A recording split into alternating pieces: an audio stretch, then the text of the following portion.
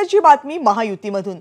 एकनाथ शिंदेंच्या शिवसेनेमधील 13 पैकी 12 खासदारांना पुन्हा एकदा संधी मिळणार आहे। काल रात्री झालेल्या बैठकीमध्ये मुख्यमंत्र्यांनी आपल्या खासदारांना हे आश्वासन दिले। आज काही खासदारांची यादी जाहीर होण्याची शक्यता आहे। संध्याकाळी 5 वाजता मुख्यमंत्र्यांनी एका पत्रकार परिषदेचे आयोजन केले आणि याच पत्रकार परिषदेमध्ये खासदारांची उमेदवारी जाहीर होण्याची शक्यता आहे। एकनाथ शिंदे यांच्या शिवसेनेकडे सध्या 13 खासदार आहेत। 2019 ला शिवसेनेचे 18 खासदार निवडून आले होते।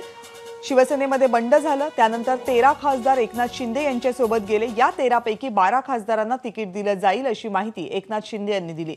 आज 5 वाजता या संदर्भातली पत्रकार परिषद आहे। मात्र त्या अगोदरच एकनाथ शिंदे यांच्या अनेक कार्यकर्त्यांकडून आणि नेत्यांकडून तक्रारीचा सूर आळवला जातोय। या संदर्भातले आणखीन अपडेट जाणून घेऊयात। आपले प्रतिनिधी गणेश ठाकूर सध्या न्यूजरूम मधून आपल्या सोबत आहेत। गणेश, वेगवेगळ्या मतदारसंघांमध्ये मग तर बुलढाण्याचा मतदारसंघ असेल, नाशिकचा मतदारसंघ असेल, शिवसेनेच्या नेत्यांची नाराजी स्पष्टपणे समोर येते। अर्जुन खोतकर यांनी सुद्धा नाराजी स्पष्ट केलेली आहे, अगदी तोडून टाकण्याची भाषा सुद्धा केलेली आहे। हे सगळं होत असताना नेमकं किती खासदारांना तिकीट मिळू शकतं, कुणाचं तिकीट कापलं जाऊ शकतं? हे पहा, महायुतीमध्ये एकच मिशन घेऊन तिन्ही पक्ष एकत्रित मैदानात उतरतात, ते म्हणजे पुन्हा एकदा मोदी सरकार आणणं। आणि यासाठी अनेक सर्वे केले गेले, अनेक गोष्टी झाल्या, ज्यामध्ये कोण उमेदवार निवडून येऊ शकतो, विनिबिलिटी हा क्रायटेरिया पाहिला गेला। यामुळे अनेक चर्चा होत्या की इथं याला द्या, इथं काही जागांवरती भाजपनं उमेदवार दिलेत, तर काही जागांवरती राष्ट्रवादीने दावा केला।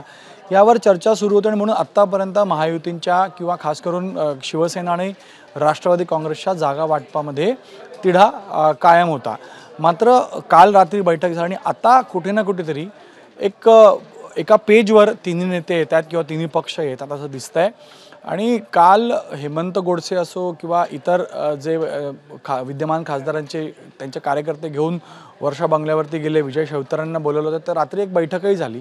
त्या बैठकीमध्ये शेवटची चर्चा झाल्याचं कळतं आणि यामध्ये या बैठकीनंतर सर्व विद्यमान खासदारांना एकनाथ शिंदेंनी असं सांगितलं आहे की 13 जागा किंवा 13 खासदार आपल्यासोबत आहेत, त्यापैकी 12 जागांमध्ये आता राजू पारवे यांना उमेदवारी दिलीच आहे, मात्र 12 जागांवरती विद्यमान खासदारांनाच तिकीट दिलं जाईल किंवा त्या जागा शिवसेनेकडे असेल। यापैकी 10 जागांची घोषणाही ते करू शकतात, हे आश्वासन दिलं गेलं आहे मुख्यमंत्र्यांकडून विद्यमान खासदारांना। आता यामध्ये रामटेक राजू पारवे सोडले तर बुलढाणा संजय जाधव, यवतमाळ वाशिम भावना गवळी यांनाच पूर्ण रिटेन केलं जाईल। हिंगोली हेमंत पाटील, कोल्हापूर संजय मंडलिक, त्यात धैर्यशील माने यांना तिकीट दिलं जाणार आहे। संभाजीनगर आणि ठाणे संदर्भात अद्यापही चर्चा होणार आहे, म्हणजे 10 जागांवर विद्यमान खासदार निश्चित असतील असं मुख्यमंत्री म्हणतायत। मावळ इथनं आप्पा भरणे, त्याचबरोबर बारणे, त्याचबरोबर शिर्डी इथनं सदाशिव लोखंडे, पालघर राजेंद्र गावित जे भाजपमधनं शिवसेनेत आले होते त्यांना पुन्हा तिकीट दिलं असं आश्वासित मुख्यमंत्र्यांनी केलेलं आहे। कल्याणमध्ये श्रीकांत शिंदे, दक्षिण मुंबईमध्ये राहुल शेवाळे आणि नाशिकमध्ये हेमंत गोडसे। आता उत्तर पश्चिम जी गजानन कीर्तिकर यांची जागा आहे तिथं गोविंदा आणि इतर नावांची चाचपणी सुरू आहे। संजय निरुपम नाराज आहेत, त्यांच्याबद्दलही बोललं जात आहे। मात्र मुख्यमंत्र्यांचं म्हणणं आहे की 13 पैकी 12 जागांवरती आपला उमेदवार असेल, ही जागा आपल्याकडेच असेल। दुसऱ्या पक्षातलाही उमेदवार असला तो शिवसेनेच्या चिन्हावरच लढेल म्हणून 10 विद्यमान खासदारांना आश्वासित केलं गेलं आहे। ठाणे संभाजीनगर संदर्भातली चर्चा सुरू आहे, उत्तर पश्चिम मुंबई उत्तर पश्चिम संदर्भातली चर्चा सुरू आहे। पण मुख्यमंत्र्यांचं म्हणणं की जी चर्चा झाली त्या चर्चेच्या आधारेच आपण सन्मानपूर्वक वागणूक शिवसेनेला या महायुतीत मिळणार आहे आणि म्हणून ज्या चर्चा आहे, जी नाराजीचं सूर आहे, त्याला शांत करण्याचा प्रयत्न मुख्यमंत्र्यांनी या अनुषंगाने केला आहे।